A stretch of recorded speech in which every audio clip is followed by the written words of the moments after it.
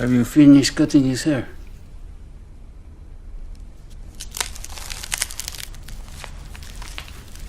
I thought you might want $650 from his pocket.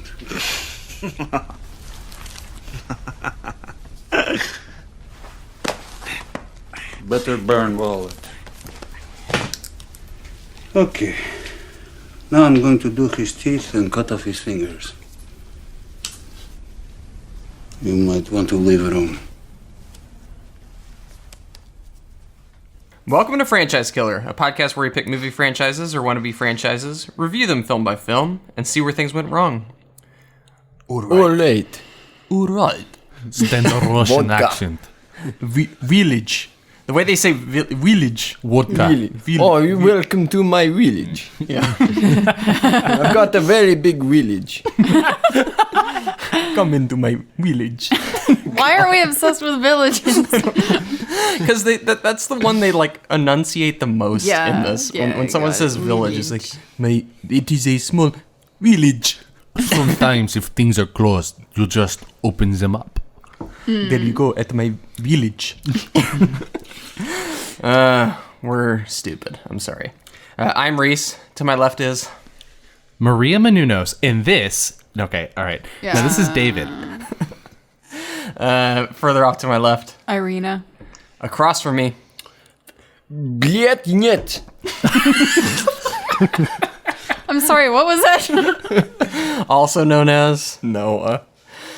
And getting a church with 3 domes tattooed on his back, denoting 3 jail terms, we have... AJ, about to add a 4th. You've been to jail a lot. And today we're talking about Eastern Promises, a film that came out in 2007, directed by David Cronenberg, who also directed The Fly, Scanners, A History of Violence, Videodrome, and Crash. That's the one. I was trying to remember where I remembered his name. It was Crash. Wait, Crash? No, he is a very well-known director, especially in kind of horror. The Fly is an absolute classic. It's almost surprising that he directed this movie because it's so different from what his early career looked like. Really, like he has different phases to his career. Like he was one of the main people to kind of like start the body horror type of film with The Fly. That and The Thing were big, like, practical effect showpieces. But yeah, like, that's I don't remember that. any of this in Easter and Bunnyland. Oh, no. What? Easter. Okay, I can see where you thought we might have watched that, because Easter's coming Body up. horror, maybe, but Is that a franchise? It Oh, should no. be. Hop, hop, hippity hop. All right, well, we'll try to bring it back around to you every now and then here, AJ, to see if you have anything to say about Easters and bunnies and whatnot. We'll see if that overlaps with Yeah. Russian Mafia. Meanwhile, he was okay Sorry, I with won't being say a in peep. jail 4 times. Anyway, this movie stars Viggo Mortensen, Naomi Watts, Vincent Castle, and Armin Mueller-Stahl. It's written by Steve Knight. Anyway, for those who are new to this podcast, on this podcast we first go over our thoughts on the film before revisiting it for the episode. Then we dive into the story, break it down bit by bit, and talk about the more significant moments. Then towards the end of the show, we give our brief reviews and numbered scores, along with an analysis on the health of the franchise and whether or not this film hurt it. So you guys, had y'all seen Eastern Promises before your prep for this episode? Noah. Oh yeah, we go way back. Yeah, like Yeah, your favorite film. You watch favorite it every year around 2007. I went to the theater midnight. It's his comfort film. Yeah. He watches it at night every night. Calm It's an down. Easter favorite. Yeah. Oh gosh, we watch it every year. Your mom puts it on. So I'll take that as a no. Going off of that, this is technically a Christmas film. Is it? It takes place during Christmas. I didn't notice. I was And not then into New Year's. Basically like Die Hard. true. So we should really add this to the rotation then. Yeah. So Noah, I'll take that as a no. It's a no. Irina, had you seen this? I had not, but I knew of it. I think I knew someone that had watched it and mentioned a scene from it. So as soon as I started watching this and realized it was Viggo Mortensen playing a Russian, I knew exactly what movie I was watching. Yeah. And what scene? Yeah, exactly what scene. David. I'm going to answer your question with another question. Have you ever watched The Red Castle? No. I just made it up. It's not a thing. No, I haven't seen this. Wow, David. This is the energy I'm bringing Thanks to for this that. one. That's great. Insightful. AJ, how about you? Yeah, I had seen it once. I think it was right after seeing A History of Violence. I needed a bit more. So I had not seen this movie before, but it's kind of been on my list for a long time, and that's for the same reason as you, AJ, because I really liked A History of Violence, and I wanted more of that, but I guess I'm just lazier when it comes to getting around to, finishing that out. But yeah, Eastern Promises has been on my radar for a very long time. I just have so much of a huge backlog of movies that I haven't been able to watch that it's just, I've never gotten around to it, and that's shameful. But and all of yeah. us here have high regard. Well, except for maybe David, have high regard for Viggo. So Yeah, Viggo yeah. Mortensen is amazing. Why wouldn't I have high David, regard for Viggo? you definitely are known as like a Viggo Mortensen hater. Look, man, I just finished right before this episode complimenting him on his incredibly sized ego. All I right? love the pause there. yeah, you rated it a 7. The amount of inches on Viggo's ego is Very high in this movie. Classic Viggo. all right. Before we get into the story, David, do you want to do that old call to action? Yeah, I guess so. Wow, Can I do really wait, enthusiastic about getting people on board with our podcast? Can I do it in a Russian accent? No. If you want to listen to Franchise Killer podcast on regular basis, you must give 5-star review or we have KGB kill you. We cut It's your not the fingers. KGB FSB. anymore. Oh, yeah, that's right. It's the FSB. Right? All right. Anyway, in all seriousness, we do this podcast for all of you guys. And if you feel like supporting us in any way, the littlest form you could do, Apple Podcast, 5-star review. It helps boost us and show up more in the algorithm. And we like doing that so we can reach more people. And we also have an Instagram now. We have a Twitter. If you want to help me in the race against Reese for more followers, you can follow our Instagram and stop following us on Twitter. I don't know. Is this counterproductive? No. You don't want to do that. Or you can go on YouTube and you can listen to some of our episodes on there. Wow, your call to actions are legendary. You keep asking me to do them, and I'm gonna keep giving you slop. I will. Giving them slop, huh? The sloppy seconds. All right. With that said, let's get into our story. You want to go for a drink? It's Christmas. Everything's closed. Sometimes, if things are closed, you just open them up.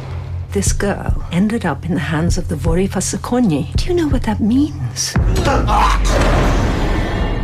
How did you get in here? There are always open doors. He wants the diary. My son Kirill's mentioned many a times. I think he was threatening to harm the baby. If the diary should find its way to the police. Okay, boss, you don't have to worry. Police won't find anything. She was 14, just a child. Forget any of this ever happened. Stay away from people like me. You've read the diary. How can you keep doing what you're doing? I decide what's right and what's wrong. You can't afford to be careless in any area. I need to know who you are. Show some respect. This is respect.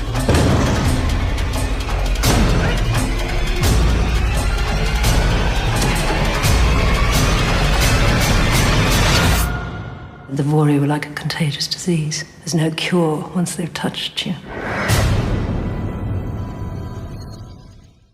Anna Kitrova, a British-Russian midwife at a London hospital, finds a Russian-language diary on the body of Tatiana, a 14-year-old girl who dies in childbirth. She also finds a card for the Trans-Siberian restaurant, which is owned by Semyon, an old vor in the Russian Mafia. Anna sets out to track down the girl's family so that she can find a home for the baby girl, and meets with Semyon, who offers to help. Anna's mother Helen does not discourage her, but Anna's Russian uncle Stepan, who claims he is a former KGB officer, urges caution, saying that Tatiana was a prostitute. Anna gives Semyon a photocopy of the diary. Semyon's driver, Nikolai Luskin, serves as the family's cleaner and protector of Kirill, Simeon's wayward son. Kirill, a drunk who repeatedly disappoints Simeon, authorizes an ill-advised hit on a rival Chechen Vori leader with the help of Kurdish associate Azim, and without Simeon's approval. Kirill spits on the dead Chechen's body, calling him a pederast, but Nikolai later tells Simeon that the Chechen had been spreading rumors that Kirill was gay. Nikolai removes identifying evidence from the Chechen's body and dumps it in the River Thames. What is a vor?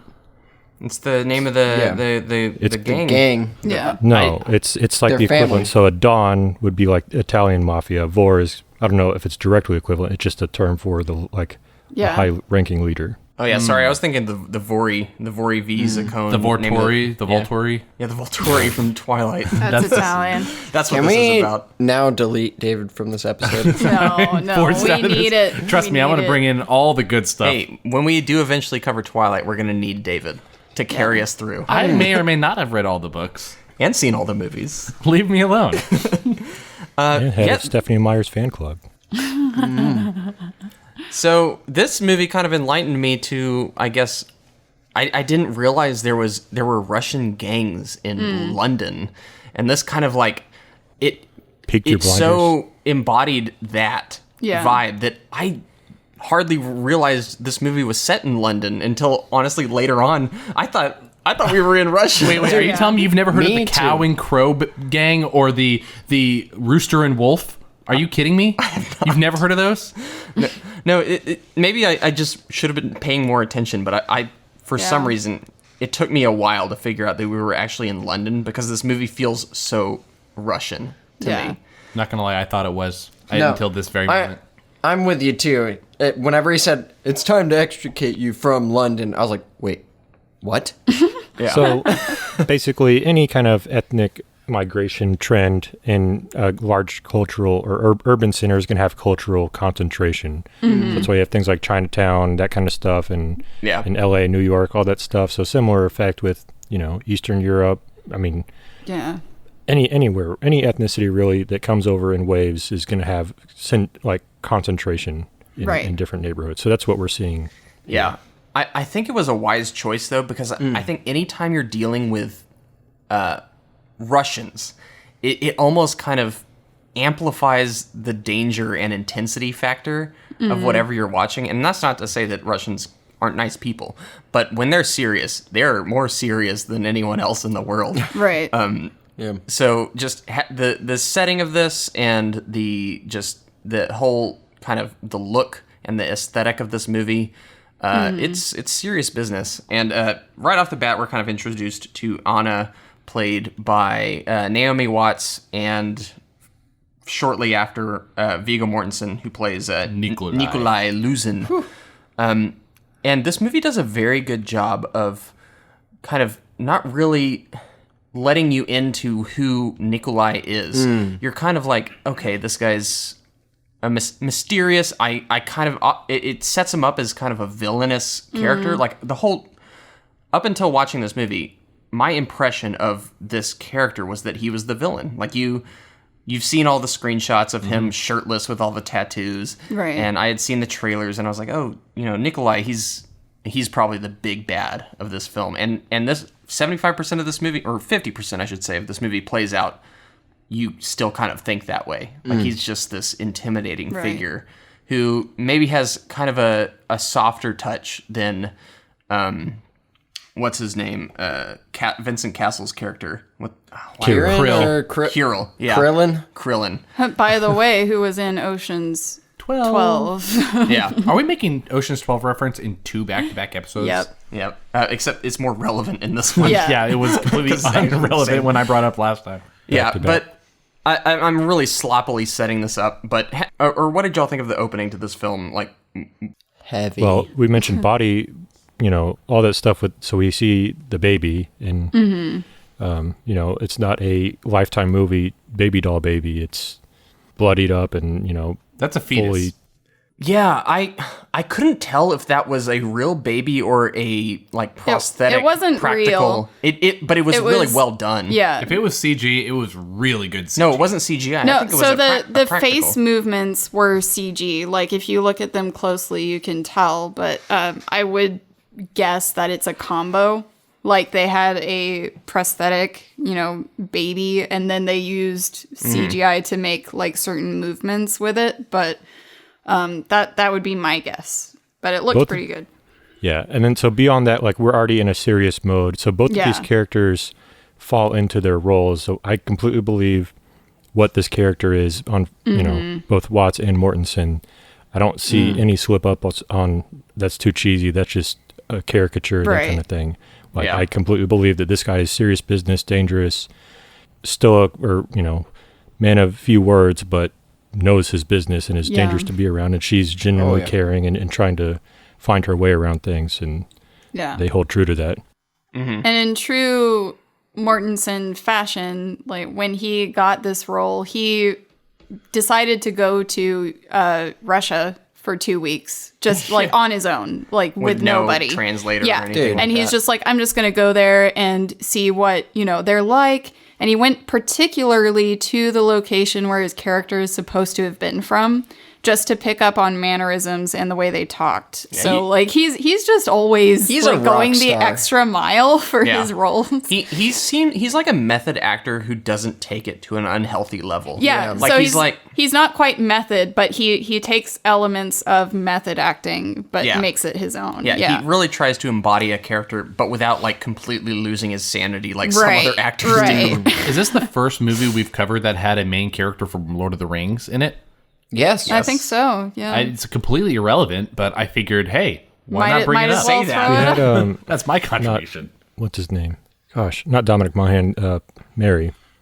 Billy Boy. Billy Boy. Yeah, he was that's right. One of the, Master and Commander. Yeah. Yeah. Yes. Dang it. All right. Although he wasn't beat the main by that character in that one. But He's the the most main character. the important thing is, I think, being a Lord of the Rings fan, I was worried going into this that I would not be able to separate him from Aragorn, and I'm glad to say that was not the case. I think he totally does different. such a good job here. The only other thing that most people probably have seen is Hidalgo. Yeah. Which I did.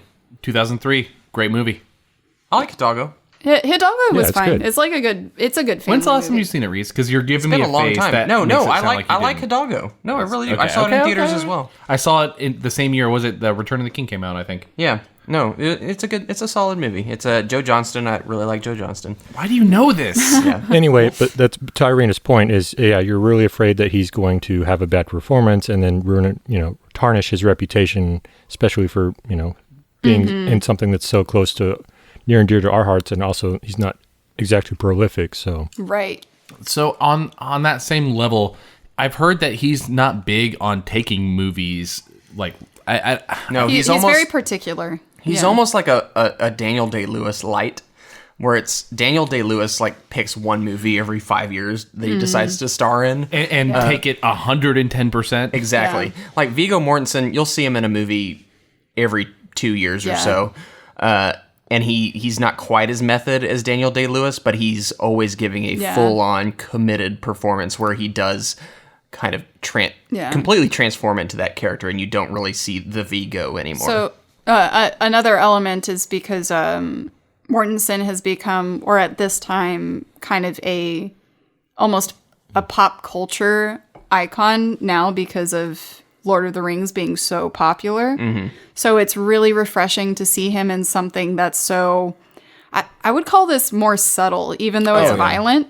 It's definitely a more subtle film. And for him to be a starring role in that, it's very hard to ignore when you put him in a subtle film. But he does a good job mixing in to the point where I just completely forget his other persona. Yeah, another Lord of the Rings connection. This was scored by Howard Shore. Whoa. Oh, I didn't. Which Howard Shore has actually had a longer relationship with this director than he did with Peter Jackson. Yeah. That's crazy. So he's been scoring Cronenberg films before Lord of the Rings, and they have this ongoing partnership. This was New Line, though, I think, too. Yeah. Yeah. But I've kind of lost sense of the plot here, which is probably my fault as a host. But the whole point of this story, it's kind of based around this 14-year-old prostitute, you're led to believe, who kind of she dies, gives birth to a kid, girl, and Naomi Watts' character, she's a midwife, and she's the one who kind of brings this kid out, and she kind of wants to figure Delivers out the baby. Yeah, she wants to figure out how this happened, how this could have happened, what's behind this, and she's on a mission to figure out who's responsible for the atrocities towards this 14-year-old girl. And Viggo's kind of caught in the middle because he's, at this point, the henchman to this dangerous gang. Yeah. And we don't really know what his role is. It's kind of No, left in- he drives. the driver. He's the driver He's to the cleaner. her. He's also the cleaner for them. Yeah. See, he doesn't tell her that he's the cleaner. He's an associate of Kirill, so Right. he's his friend, but he's trying to become a made man, so to speak. Right. And Kirill is, juvenile, so he strings him along. And obviously, Nikolai means business. Like, he even knows, like, what spot in the river, so and so, all this stuff. So he's definitely on a professional level already ahead, but has to basically endure Kirill's, antics or whatnot. Yeah. It's kind of funny. By the end of this movie, you realize that Viggo Mortensen is method acting as a Russian gangster, but the Russian gangster is method acting as, this cleaner / driver. So it's like method within method. Yeah. Man, I really want to know where these actors are actually from. So Viggo is Danish, right? Yeah. So he's Danish. Kirill is French. And Kirill is French, but they're none of both them- playing Russians. None of them are Russians. None of the main characters are actually Which, Russian. I gotta say, Actually, they're very convincing. Cronenberg said that was, or correct me if I'm wrong, but it was kind of intentional to give the impression that they all had kind of slightly different accents, because this is sort of a melting pot of not just Russian, but they're Ukrainian and Slavic, and they all come from different parts of Russia. Yeah. So he intentionally hired a bunch of diverse European actors to create that sense of diversity in them. Yeah. And there's times where it kind of slips and I can Right. tell like they're not Russian, but for the most part, I think seems pretty authentic. Was it Viggo's character who's from the Ukraine, or was that a different one? No, I think he was from Russia. There's a point where he speaks actually Ukrainian. Yeah. To There was one person who was Ukrainian. I just couldn't remember. Yeah, anyway. It was one of the girls. Yeah. I don't know if it was Sinead or... Yeah. Anyway, I do want to say that first killing that we witnessed in the beginning of this, I forgot There's to just mention the it. sawing with Puts you the right in razor. there. That's a Cronenberg thing where it is the violence is gratuitous. It's, Right. It's like in your face. Are you sure it wasn't he- Tarantino? In his own words, like there was an interviewer that specifically brought up that and the fact that he lingers on cuts longer than most Cuts. directors. Yeah, like little throat cuts. Yeah. Longer than most. And he basically said, like, yes, because you get a certain initial shock with that first slice, but there are other emotions that kind of come up as you watch more. So he likes to extend it a little bit. That is, that's actually kind of crazy, because I was watching that and the initial slice is like, oh gosh. And then it sits there for a minute and you're like, okay. All right. Yeah, he's just cutting into a steak. Yeah. It fights your kind of what we're conditioned to or desensitization level of it. And then almost harkens back to Leone. We talked about, the over-the-shoulder shot where we see, him and the bullet hitting who the target is instead of, pull the trigger, cut, and then see the other person fall like we are watching it instead of just a blood splatter on the guy. Right. So, Yeah. Going to that character who is doing the throat slicing, I was a little confused as to his role. Is he? He's Azim's son. He's Azim's son. Is Yeah. he? Azim is kind of a sort of a hitman agency, it would seem. But as far as what his name is Ekram, I believe, right? Is he mentally challenged anyway? Yeah. Yeah. Yeah. Okay, I'm trying to He's, find the right way as they to. said, touched by the angels. Okay, that made me sad because just seeing him being, I don't know, I guess you could call it used. Yeah. That was such a tense scene, though. When he's hiding his hands behind the newspaper, like the moment I just knew, like, yeah, someone's getting killed in this scene. Yep. Yeah. Barbershop. And it's not going to go well or straightforward. Yeah. They went straight to I can't remember They went straight to it. Arena. Yeah, the musical. The guy with the Oh, you're talking about Sweeney Todd. yeah, that's it. Gotcha.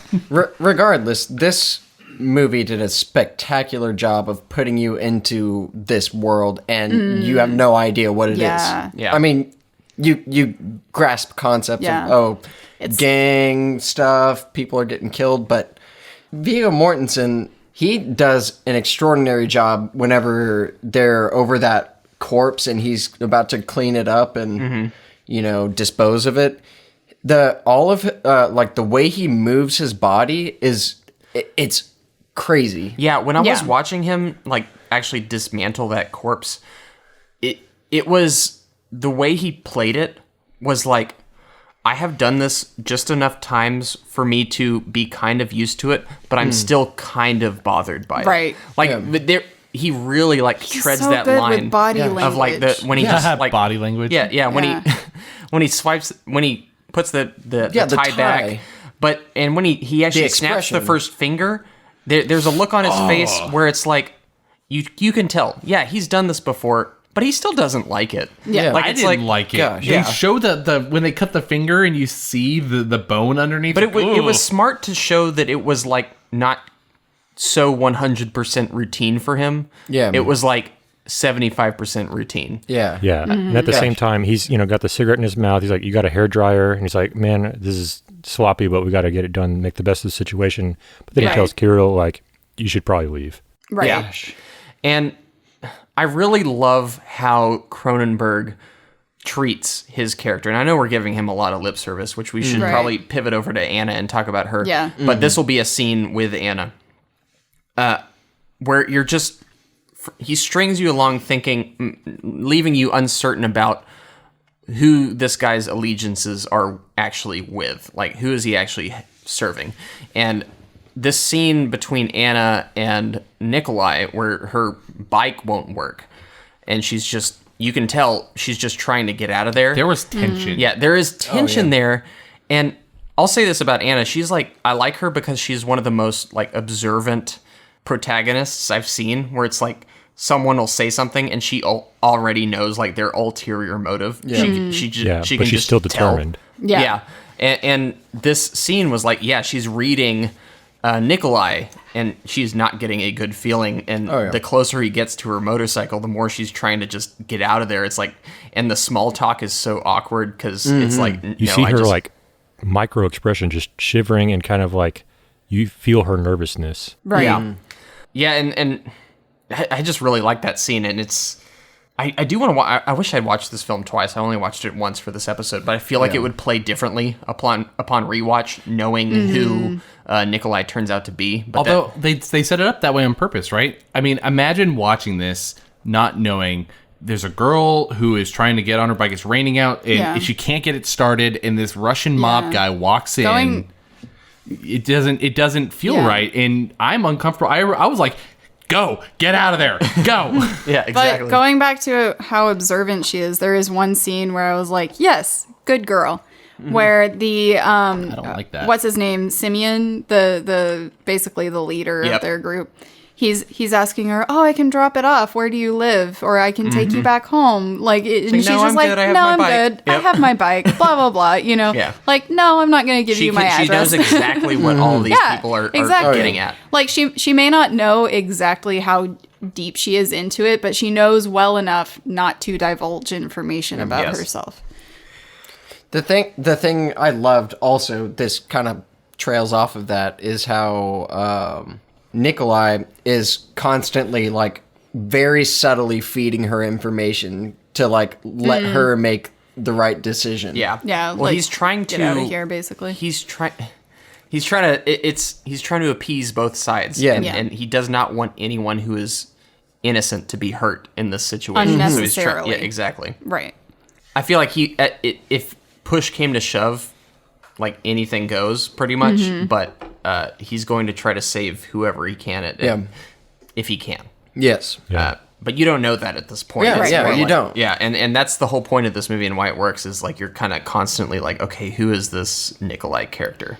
There's also an element that happens in films for me a lot of the time where this scene normally with other films would have given me a weird kind of rapey vibe, but it did not at all. And I think that's a testament to the actors and the way they played the scene because it's like there's tension. You don't know what it is. It's not rapey, but it's something else. Like there's something where they're both kind of hiding from each other, like what their intentions they're not are. divulging everything. So It's also I love that. Yeah, the characters too, and also the cinematography. Everything here, like if you ever rewatch this, pay attention to the lighting because it plays an important role on establishing those tones. So like that scene in the alley, you have hard, cold light on the exterior, but between them, there's a warm, soft light. Yeah. Yet at the same time, almost always in this movie, Viggo's face is half lit, so it's kind of dark on one side, accentuating his show both angular sides. features. I hadn't thought of So that. yeah, so there's a lot of those details that go into the cinematography, the filming, Right. the artistry of it, and direction that really build something up. More than what's tangible or immediately, pops out at you, but it sets all the foundation that's so important to success. Yeah. That's why cinematography needs to get more attention because it's more complicated than just someone saying, yeah, I'm a bad guy. It's easy to just say that. But when a movie puts together all these elements to basically convey to the viewer that something is either uncomfortable or something is safe, that's a true technique right there. That's like, I wonder how so much good. of that picks up subconsciously because you didn't realize why you knew that yeah, he wasn't for rapey. sure. But A lot of I it do is wonder subconscious. if it was the lighting, maybe that clues you in that this guy isn't as bad as they may want you to think. Yeah. We're still talking about the motorcycle scene, right? Yes. Okay. So Semyon also is one of the dangerous characters because he almost has this paternal side to him that's inviting, and he's used to being able to sway people and comfort them instead of being a monster who just yells and screams, and people are afraid of him. And people are afraid of him because they know what he's capable of. And he's the Don, if you will, of this. Yeah, the Vor. The writer's inclusion to this, which is Knight, like the writer of this. Steve Knight. Steve Knight, yes. He actually mentions at one point he knew someone just like this. He didn't divulge a name because that would be dangerous, but he said he knew someone like this, and that was his incorporation to it, where you have these scenes with him being, a grandfather to these children, or, owning a business, a restaurant, and being nice and benevolent and, just well-spoken, but then, and sort of being lulled into this sense of safety with a person and seeing the complete opposite on the other side where they're just ruthless and they are a rapist and kill people, Yes. Semyon's like the ultimate bad. Oh, yeah. I did want to talk quickly about the kind of dynamic between Kirill, which we haven't talked much about, and Semyon and Nikolai, this whole like triangle, I guess.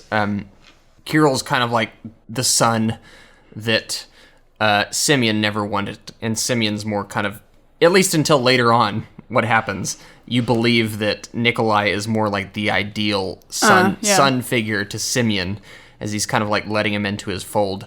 Of course, that becomes not the case. Not the case, but that's kind of what the movie's leading you to believe. Right. But look, I guess let's talk a little bit about Kirill and Vincent Cassel, how we feel about this guy. I hated him, at least in Oh, yeah. Yep. at least for most of it. The weird thing is I kind of felt bad for him in a weird way. Yeah. I hated him, but it wasn't like without me also kind of feeling some sort of... He was You blame the hideous sins for of the sure. father. Yeah. It was reminding me strongly of some other film I saw, and I'm struggling still to remember it, but I'll bring it up if it. Well, it's a common thing. It's like the kind of runt of the disappointment of the family. Yeah. And they're always disappointing the father. Yeah. But and they're willing to do horrible things just to make the father proud. Right. What's the dichotomy of the father had to, had the hard life growing up and then made it from his own, sweat and blood. Right. So he knows both sides of it. And then you have the prince who's born with the silver spoon in his mouth, doesn't understand the struggle. Yeah. And, the background of the father. So there's that conflict and the gap in the understanding and the expectation. So it's not that Kirill is like, I'm sure he's knows a lot of the business and running that, but he's also entitled and privileged. And so that's where the mismatch is. Right. So, and then of course the traditions and the stuff like that, that's all done so well too, is I understand the traditions of, the Russian and all the Eastern, like you feel like you're in this world, and all the traditions that come with that, and the priorities of whatever culture versus their obvious surrounding too, that they're trying to be their own closed group. Right. I don't know. I'm rambling, so I'll stop. I know what you're talking about, though, and it's like you see with this movie, you see a little window into a world that you've had no experience with, but you can believe it. It's an interesting glimpse. Okay, so we kind of close out on this section of the story with this very uncomfortable kind of sex scene with where Kirill basically forces Nikolai to have sex with this woman, and there's this weird thing about this gang where it's like they're so concerned about anyone being like gay or any other ethnicity. Like it's like they're orthodox, man. Yeah. Well, that's what I was alluding to, is the cultural priorities that they bring with them, are deeply entwined in it. So that's why there's that mismatch of, it's, the like with the Godfather and stuff like that, the Italian culture with the mobs and stuff rubs off on society, and it was made bigger, so it's a little bit more familiar to us now. It's filtered in. Right. Like here, we see those priorities and everything kind of in its raw form. So it's but it's excellent that it comes through on the film in such a subtle way, but it's understandable. Is it a machismo kind of thing? Well, it's like just, that word.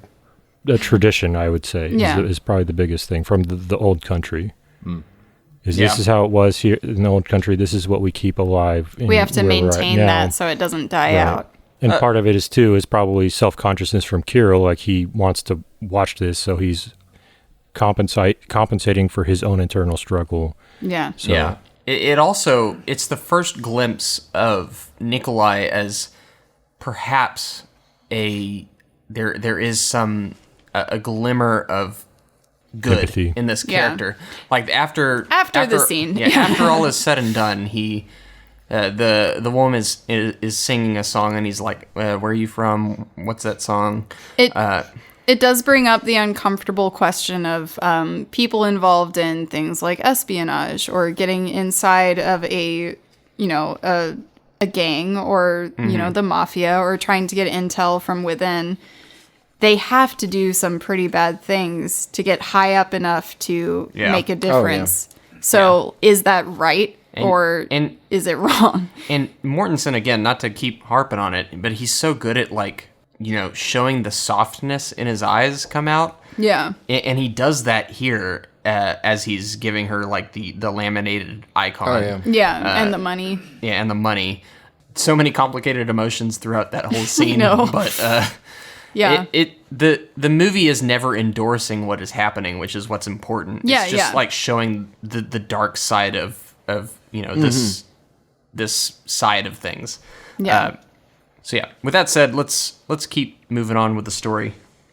When Stepan finishes translating Tatiana's diary, Anna learns that Semyon raped Tatiana after his son Kirill failed to do so, explaining that he would show Kirill how to break her. Though Kirill's real sexuality remains ambiguous throughout the film, The story mirrors a scene in which Kirill orders Nikolai to have sex with one of his father's prostitutes, while Kirill watches, to prove Nikolai is not gay. Tatiana's diary states that Semyon gave her pills to induce an abortion, and Anna realizes the baby was fathered by Semyon. Semyon, who has read the photocopied diary, knows that Anna has learned the truth about the baby and arrives threateningly in her hospital. He suggests a deal whereby he will give the location of the girl's family to Anna if she returns the diary. Anna, Helen, and Stepan meet Nikolai in a fast food restaurant where Nikolai takes the diary but denies knowing anything about the deal. Stepan follows him out of the restaurant and spits in Nikolai's face. Semyon orders Nikolai to kill Stepan, saying a Russian cannot be trusted with this information, and Stepan soon goes missing. So this even, like, the plot thickens, I guess.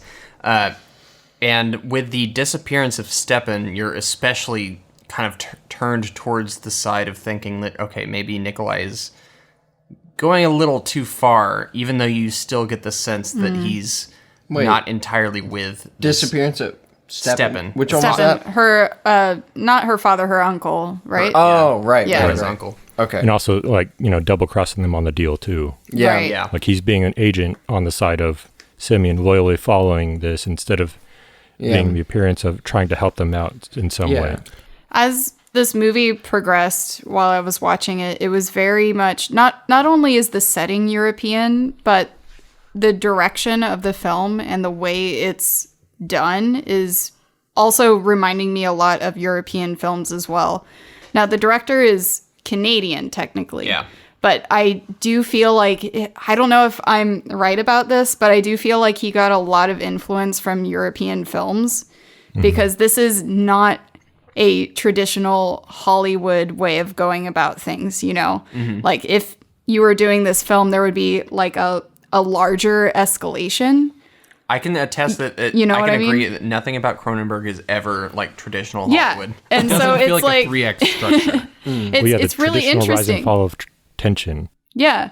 Because you, this is not a blockbuster film, basically, is what I'm saying. Like, watching it, it's not, like, meant to be a blockbuster. Definitely not. Yeah. And so, while you're watching it, my questions are always, like, okay, so what is going to be the climax? Like, what is going to There's happen? an added level of uncertainty because it's so unconventional. With the traditional, way of putting a film together, you just know, like, all right, there's the bad guy, there's going to be a face-off, and, this kind of thing is going to happen. It will resolve with them all being either happy or this person will be dead. You can guess that kind of stuff. But this, you can't really. A lot of this structurally is A to B dichotomy contrast versus, what we talk about 3-arc.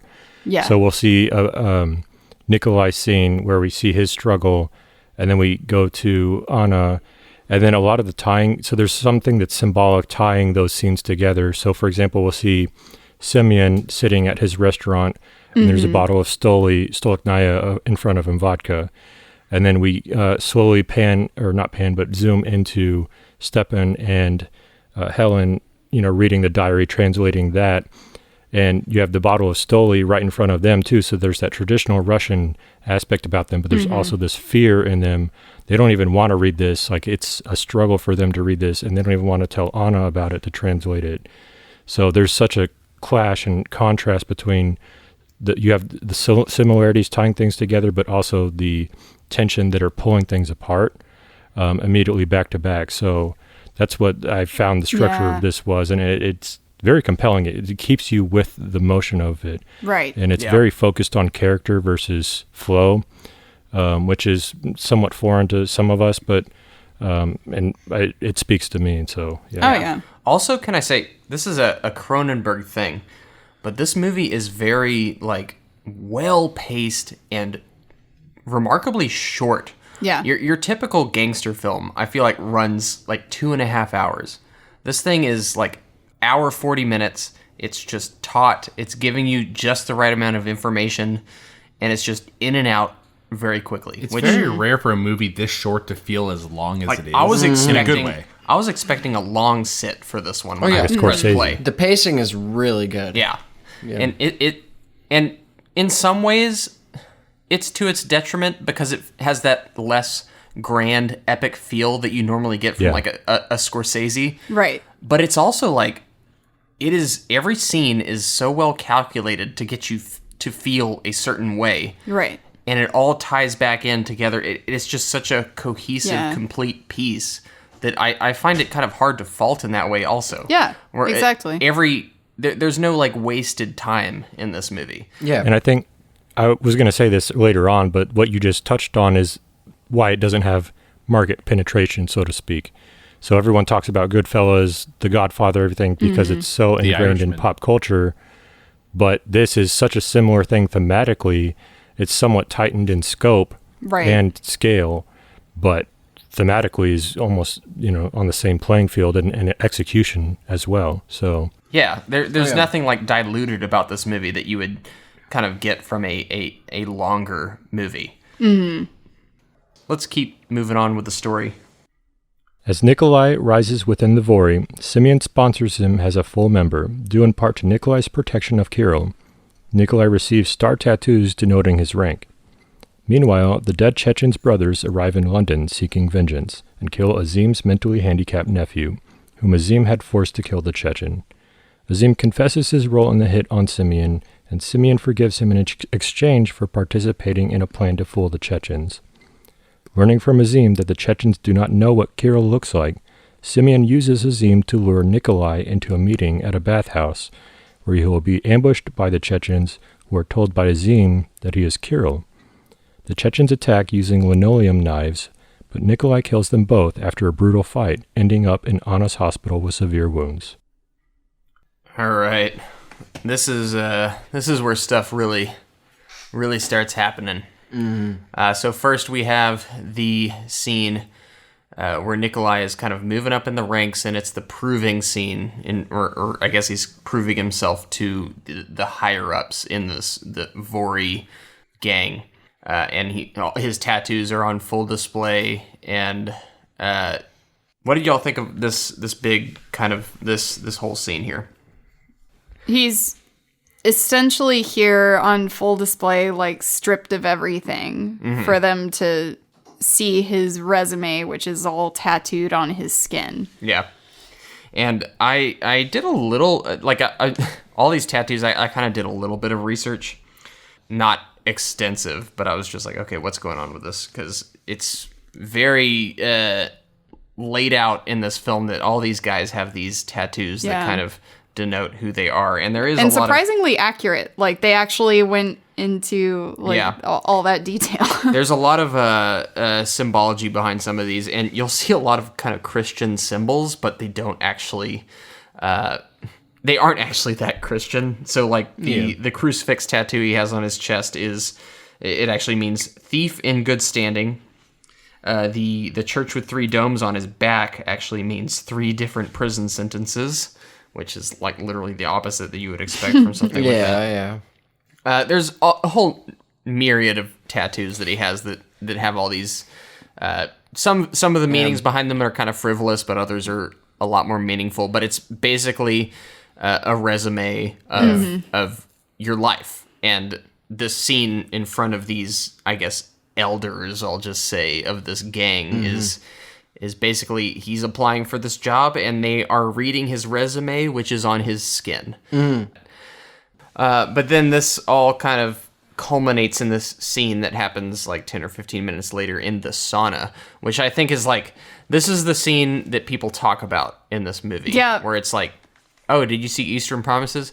Yeah, I saw Viggo Mortensen full frontal fighting those dudes with knives. It's that scene. And this part of the movie really kind of, it is the most memorable, most defining scene, probably also the only action sequence throughout the whole movie. Larger than life. Yeah, but as Reese likes to use the phrase knock down, drag out. Is that knock down, drag out? Yeah, that's fight? A good one. This is definitely fits the bill for that. Oh, yeah. Yeah, it's very literal. Yeah.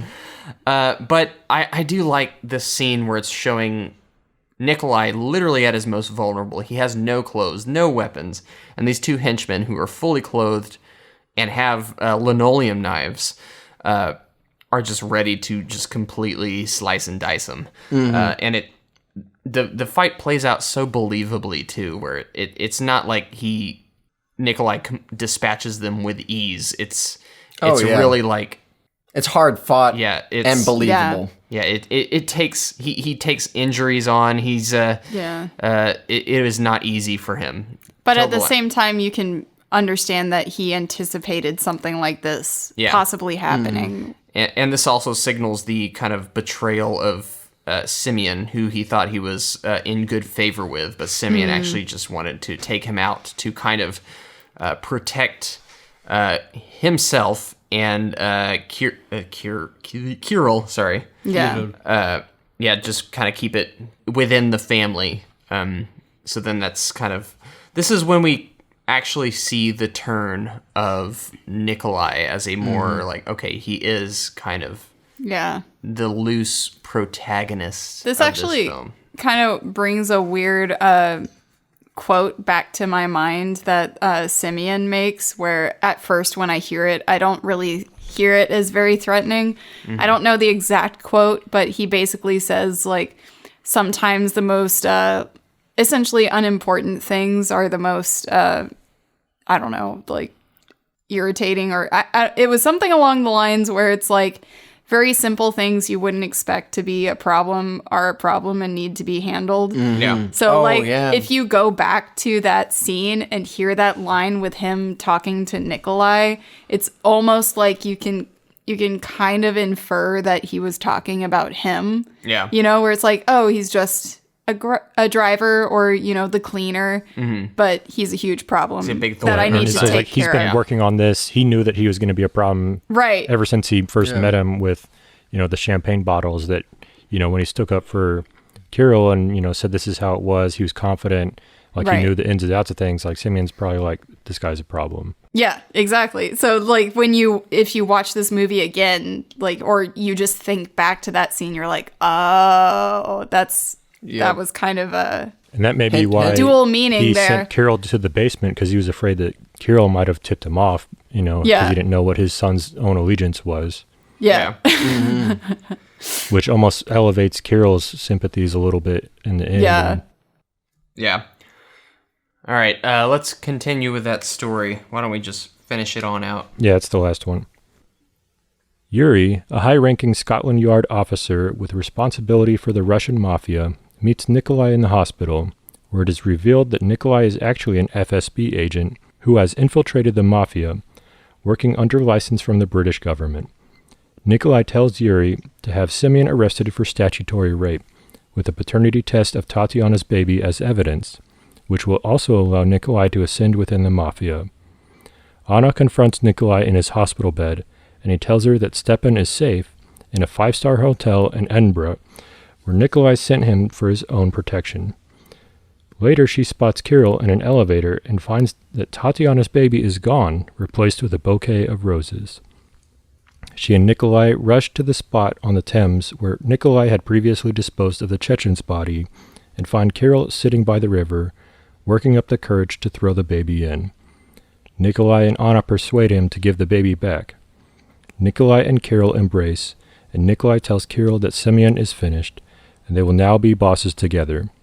Nikolai succeeds Simeon as head of the organization, and Anna gains custody of Tatiana's baby, who she names Christine.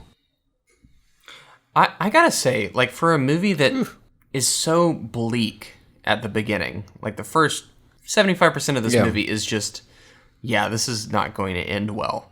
It's very dark. I think this movie actually has a very positive, rosy ending. Pun. There's actually roses. But I really like the reveal of, or the official reveal of Nikolai as an FSB agent, and he's just working to take down Simeon, and that's like his main goal. And Stepan is revealed to be just fine. He's at a 5-star hotel. Like, I was not expecting any of that. Like, I thought Stepan is a goner for sure. David attested to this, but I was, like, assuming that he was a good guy. But obviously the whole, like, him having to sleep with a girl was kind of threw me off for a second. But there are so many hints where, Like, he's the only one that directly interacts with Naomi Watts, Anna. And the only one that talks to her directly.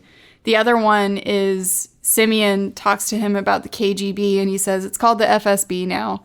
You know, like, that's implied that those that are living here are kind of disconnected enough to not really know that there was a change. So that's a little hint, that not really like a huge one, but there's definitely like they are not quite in the know. And then the whole him leaving money and an icon for the woman he just left, essentially, and It like also hold out for a few more days.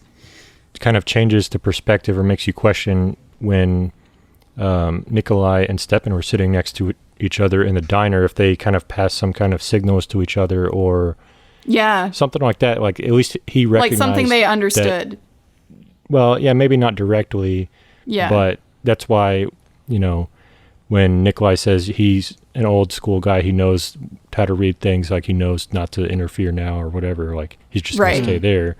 Like, they were on the level at some extent there.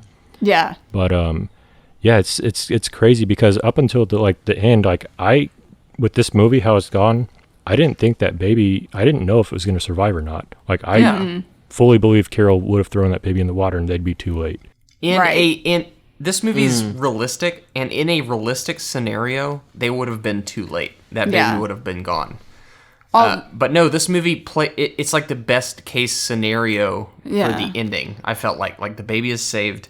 Kirill is even somewhat redeemed. Yeah. Like, I actually liked this scene where Kirill is like, it's just a baby. Like, I can't, like, he's already like does not want to do it. Yeah. That also, with that comment, sort of implies that he had reservations about things that happened previously. Yeah. You know, because it's just a baby is basically an argument saying it doesn't know what it's done. So the other previous arguments for things that deserved punishment were that, oh yeah, they deserve it because of this. Yeah. This is why they should be punished. There were justifications. Yeah, but with a baby, he's like, there's no reason. Like, why? Like, you don't have a reason for this. And I do think if they had not found him, the baby still would have died eventually. But there was, like, you could see just such regret of the situation that he was in. Yeah. The immediate snap after his mind is changed, where he's like, all right, to, just kind of override this traumatic event, I'm just going to go straight into my party mode. Yeah. It's like, all right, let's get out of here, blah, blah, blah, you know?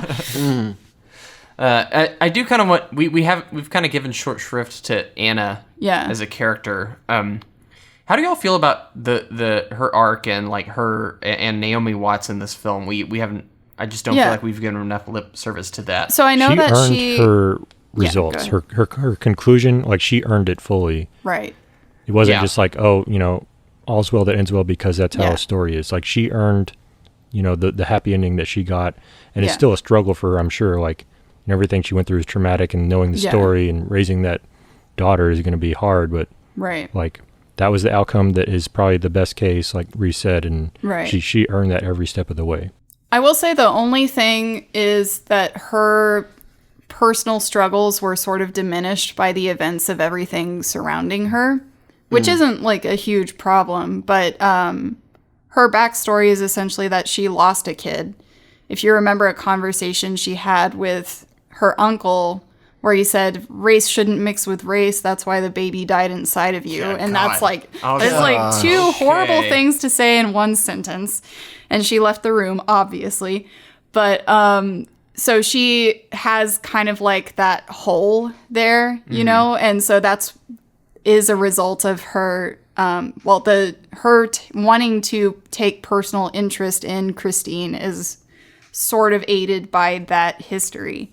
And it's kind of like brushed over, but if you have that in mind, this all makes sense and ties up well. I wish I had watched this movie twice, because I feel like that would play a little harder in the second viewing. Yeah. So I think for me, you're distracted by so many brutal events that you kind of forget how much emotional investment she has in what's happening, you know? Yeah. I'm on board with her performance. I think she does a good job. I still think Viggo Mortensen's the real showpiece of this movie. Yeah, but he is. She's an excellent, like, she's the heart Yeah. of the film. Yeah. Like, where you're constantly concerned about her, and she's kind of going out on a limb multiple times, antagonizing this gang, just openly without fear. Right. And you're like, And he's just like, wait, just wait. Hold back for a minute. yeah. But yeah, I like the conclusion to her story and Nikolai's story. How did y'all feel about them sharing a kiss? Like, I actually didn't like it. I was almost didn't like like I it. didn't feel like it was quite right. I get it, but at the same time, I would have preferred more of an intense look and then a passing, because that's essentially what they are. They're just kind of passing There's no characters romantic in this interest. story. Well, there is a slight romantic interest. You can tell there's attraction, but there are greater things at work, and he has a job to fulfill, so he can't stay. He definitely shows an interest in her from the very first time they meet. He's like, "Can I kind of take you saw it out?"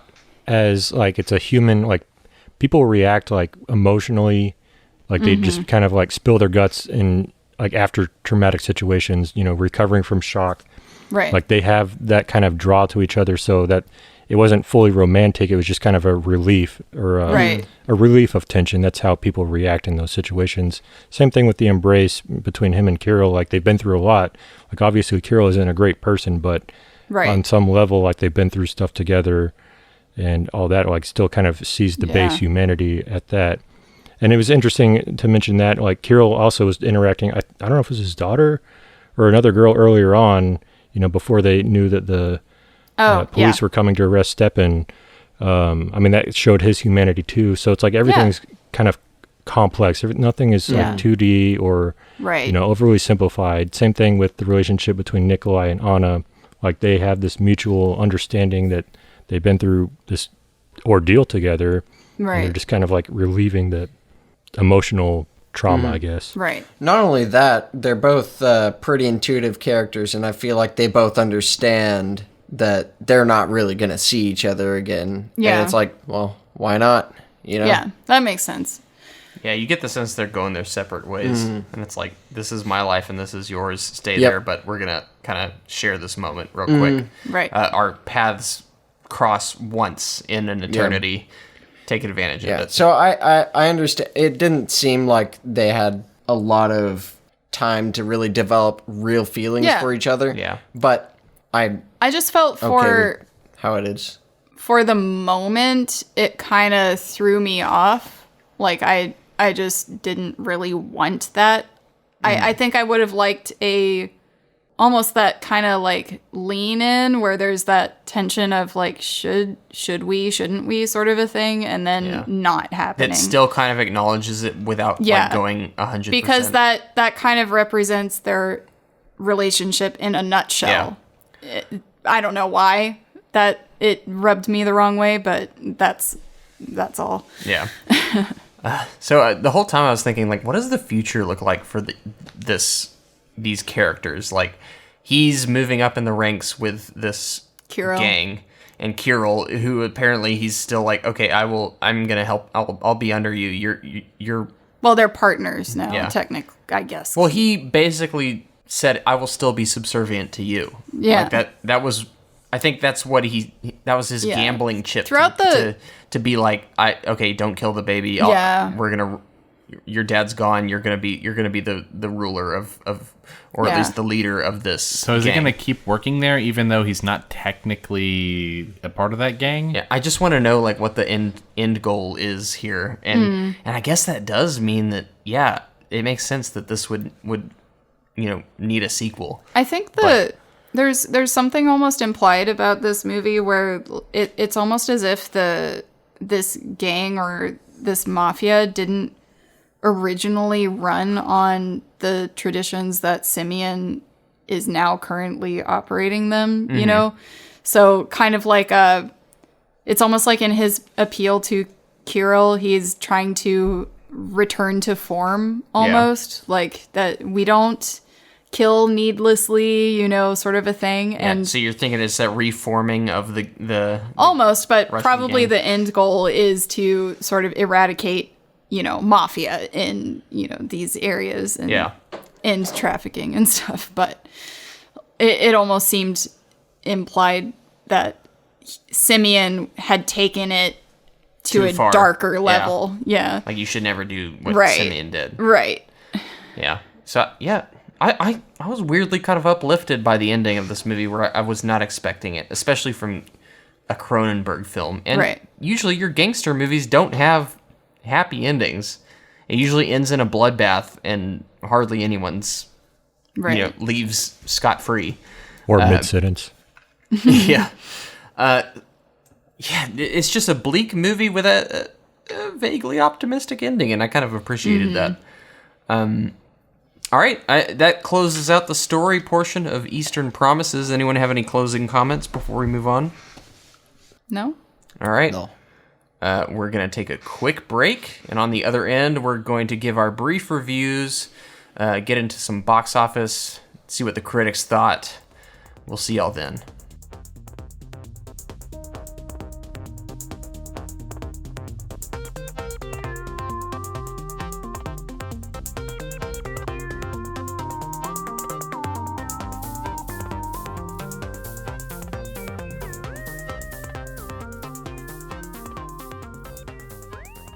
Welcome back. Let's talk Eastern Promises. David, you have our scores in a bowl there. Do you want to pull them at random and we'll review this thing? If it's a question, yes, I will. First up, AJ with a 9. Ooh. So, yeah, this movie has a lot of detail in it that all kind of seamlessly are baked together for a lot of subtlety that goes by the wayside, but all build towards your emotional experience of this movie. And I there's a common question when you talk about movies is what's more important, character or story? And it depends on the movie, of course, but I tend to be on the character side of things, and this movie does, I feel, an excellent job of both. But yeah, it's the character and the delivery of all the actors involved here, the score, cinematography, everything is just very, very well done.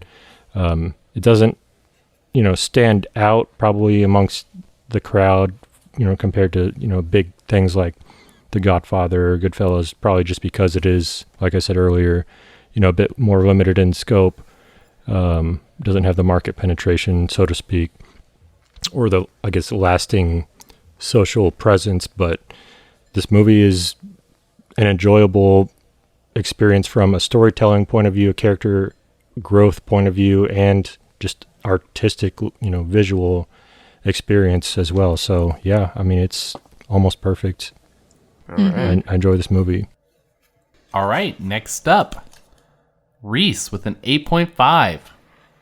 Yeah, I'm going to struggle to review this after that. Yeah, I really liked this movie. I do wish I had seen it twice, because there's so much there that I would like to, reassess upon a second viewing.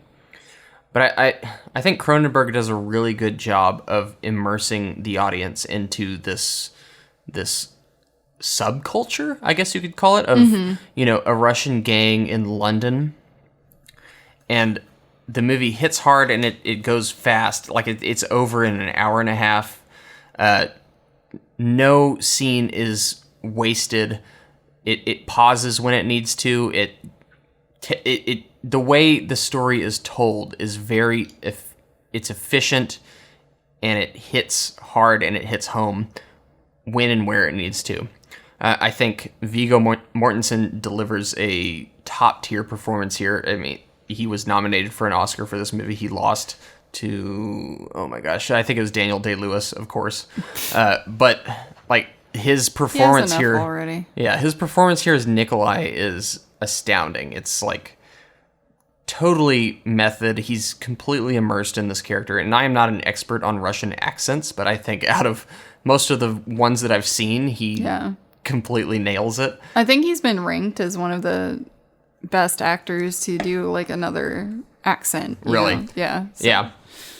All the other performances are great, and I love just... I just love spending time in the world that Cronenberg has created here.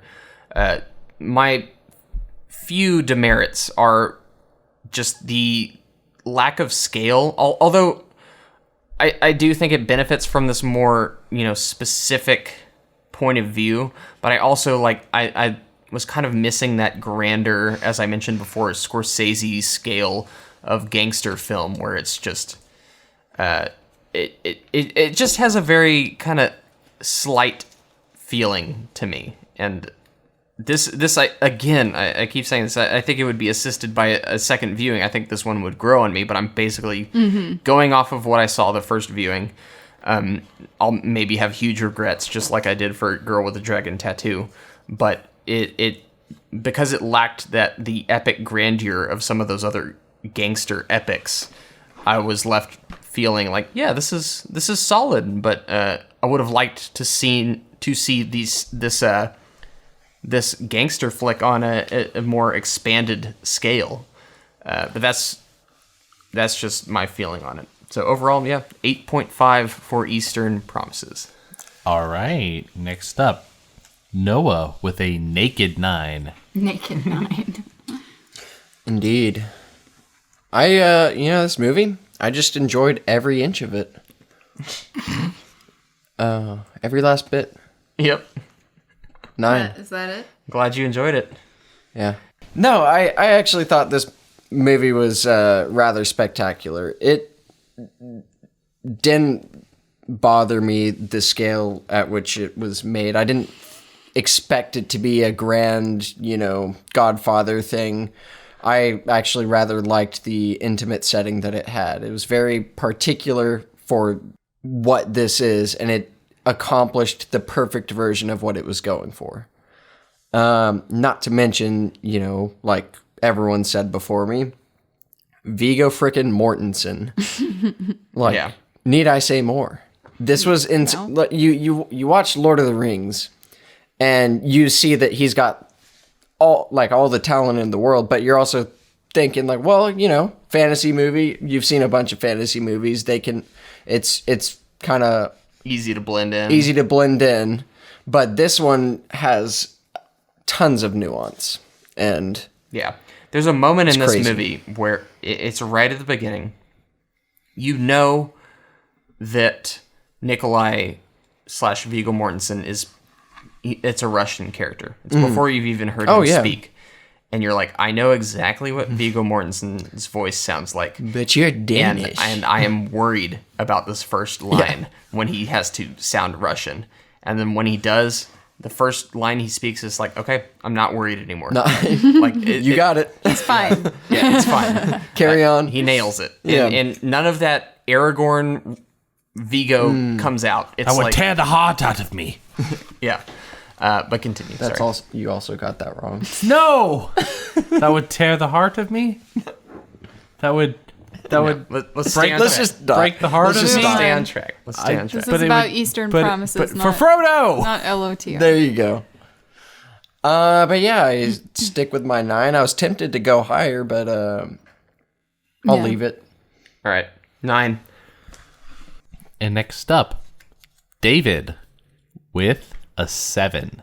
Oh. Actually, Yeah. Okay, go ahead. Yeah, I don't know. I didn't feel that much for this movie. so this and It's the same as Tomb of the same Dragon level. Emperor. Yeah, about the same.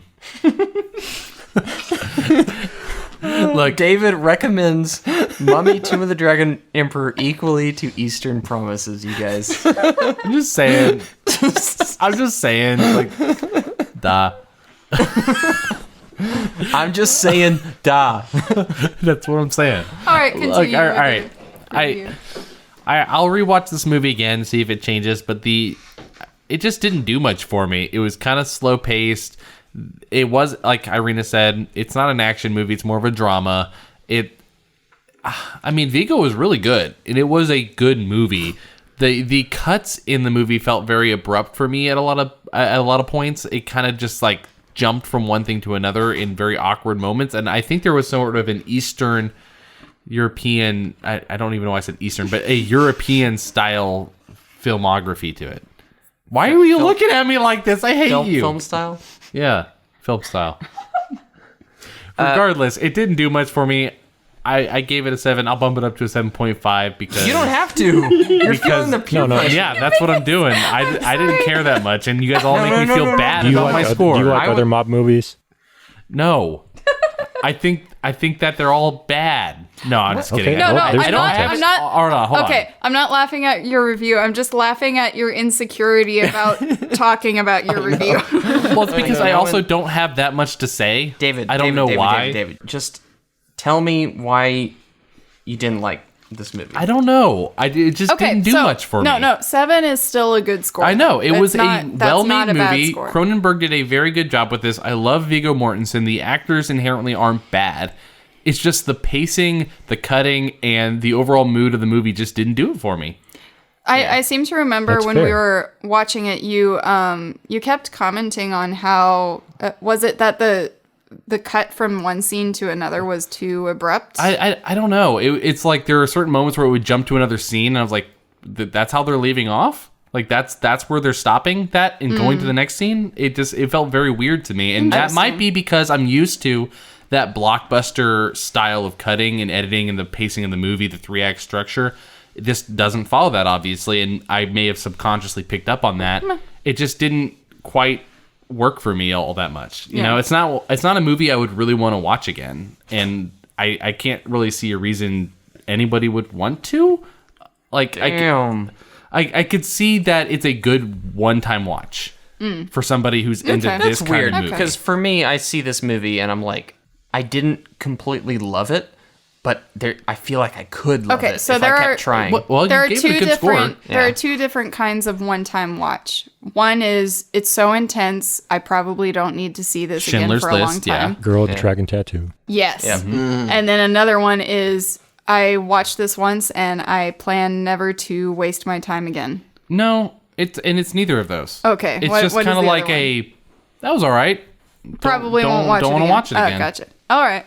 3 types. And look, I think AJ asked earlier if I liked mafia mob movies. Not really. I think there has to. It just with me inherently, I don't care for this content. It's personal. So you don't like Reservoir Dogs? I do, but that's different. That's a completely different style movie. Not even close to this. David has Like watched for- Requiem for a Dream 10 times. Yeah, Oh, you'd love it, David. just give me Robin Williams and cut everything else out. So stand up Robin Williams? Robin Williams, no clothes in a sauna. Yes, exactly. Can we have this? But He's got a swap towel. Viggo for Let the Robin genie out of the Williams. lamp.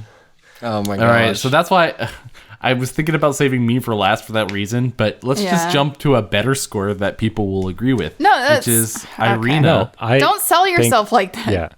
Yeah. You probably represent a large amount of people here because I can see there's an accessibility barrier for this movie.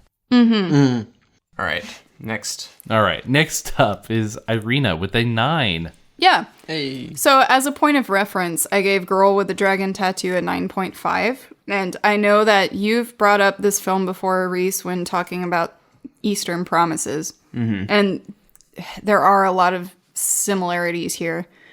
And a lot of it is basically the European influence. But I think there's a lot of detail and nuance in this movie that really struck a chord with me. And usually I prefer films like this where I don't really know what exactly is going to happen. Yeah. I like having that anticipation for, ooh, how are they going to end this, you know?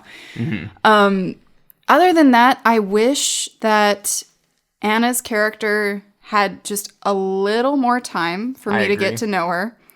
I understood her, and I think Naomi Watts did an excellent job with her scenes that she was given. She's able to pull off that subtlety. But I would like to get to know her, like the purpose of her character a little more. And the whole, I guess it was an investigator or there was someone in the police, like the London police force that was Oh yeah, Scotland tracking Yard him down. guy. Yeah. Yeah. That was thrown in there at the beginning where he found that report that Nikolai left behind on the dead body, which is a good element. I liked that, but I didn't feel like that was involved enough for me to feel it was necessary, you know? So I wish there was a little more connection between them working together. But other than that, I love this movie, and it's really weird to watch it and talk about it after seeing some more extreme action thrillers, basically. Yeah, It's the kind of, Equalizers. it's really strange. It's almost like eating cotton candy and then taking a bite of dark chocolate, you know? Yeah. Like it's going from one extreme to another. And, but there's so much nuance and subtlety and beauty in dark chocolate. So it's nice to have that and just kind of appreciate the small moments and the small details. I So, agree. Yeah, I'm sticking with my 9. All right. You want to crunch those numbers, AJ? All right, group average is 8.5. So we are matched here with Live Free or Die Hard. And All right. just below Tropic Thunder at an 8.6.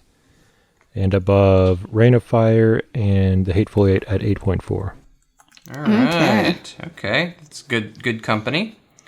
I feel like people will be confused by the Live Free or Die Hard being at the same level, but that's complete. I'm cool with Or that. by Tropic Thunder being above it. It's a weird mix for us. The farther we go on in this show, the weirder our list gets. Yeah. And I'm totally cool with that. That makes us unique. We're fine. Okay, let's move on to the critics, who all disagree with David. I figured. So on Rotten Tomatoes, this movie has an 89% and a audience score of 83%. On what I wrote to be Meat Critic, which is actually Metacritic. There you go. On Metacritic, this movie has an 82 out of 100 and a audience score of 7.0. There you go. Get some agreement with you there, With the David. audience, like I always agree with. Yep. And on IMDb, this movie has a 7.6, which is an audience-based score as well. So We always balance out. Like I More or help less. balance out the average. more or less, and really, we don't check these scores in advance. This is kind of like this is how we feel. So it's kind Now of we're fun. adding Meat Critic to our slew of ratings. This one's Meat very Critic. much appropriate to Meat Critic. Noah's our Meat Critic there. Yeah, that's me. Okay, the box office for this film. Y'all ready? Yes. This movie came out on September 21st, 2007, and it released against Resident Evil Extinction, which is the third Resident Evil film, and Good Luck Chuck. Only you would know that. Yep. Only I would know. It is true. I am a big fan of the Resident Evil movies. They're my ultimate guilty pleasures. I understand you. But Good Luck Chuck, you got that's that Dane Cook, Jessica Alba movie. Nice. Get that out of here. That thing was terrible. It's so bad.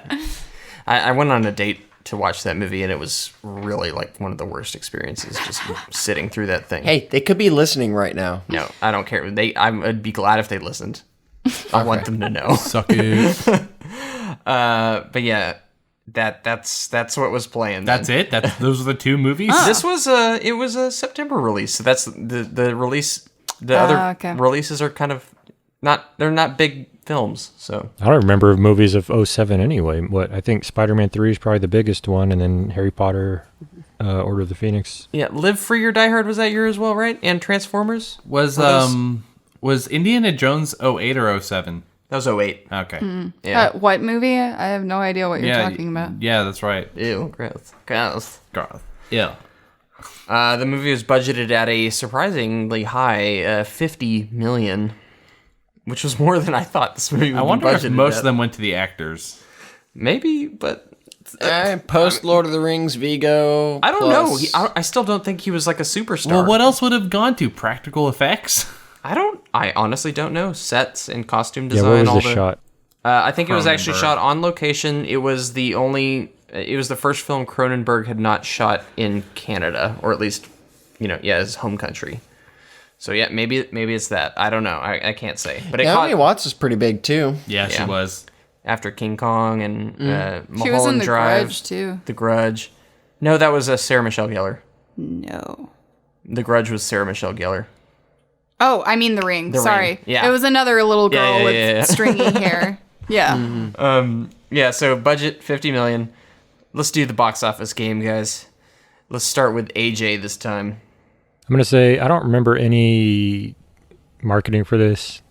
I guess typically when you have a higher critical, maybe on the lower side for audience, I'm going to say it made its money, 50.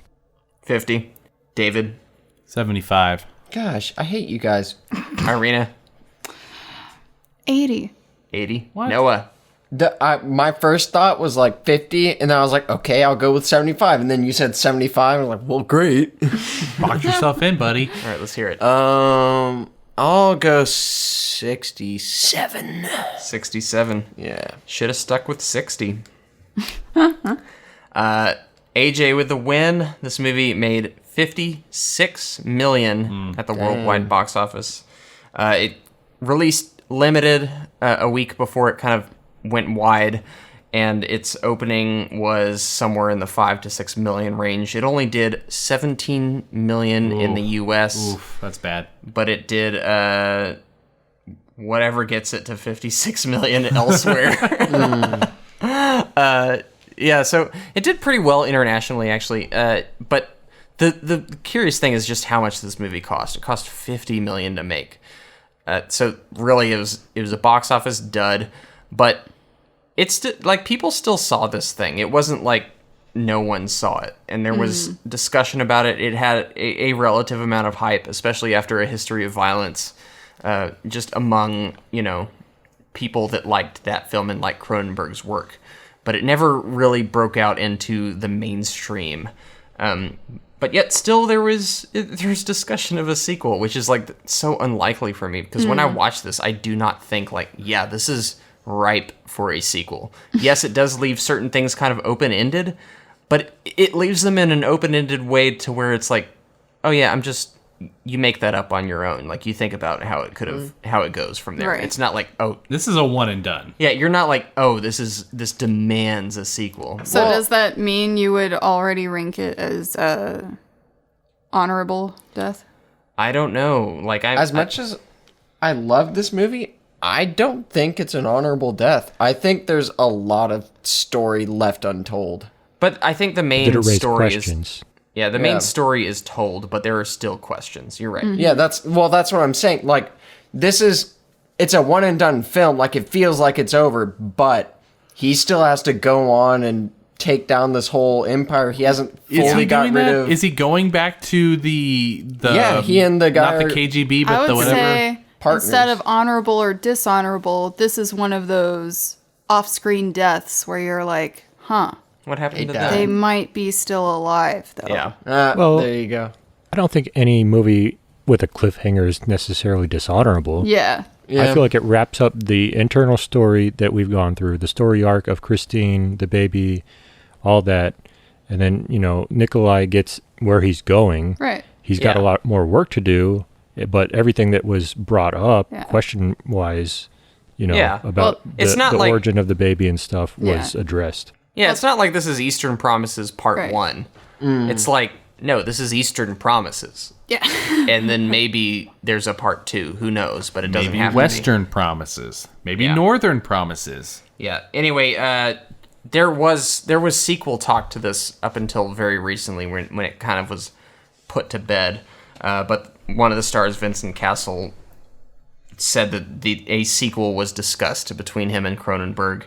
And that was apparently good until 2013 when Cronenberg essentially said that the whole thing was dead, and it was kind of because of Focus Features, the people that kind of funded the first Eastern Promises finally just said, like, yeah, there's no money in this. We're not going to go forward with the sequel. So Cronenberg really wanted a sequel to this, could not find financing, and that's kind of why we do not have a sequel.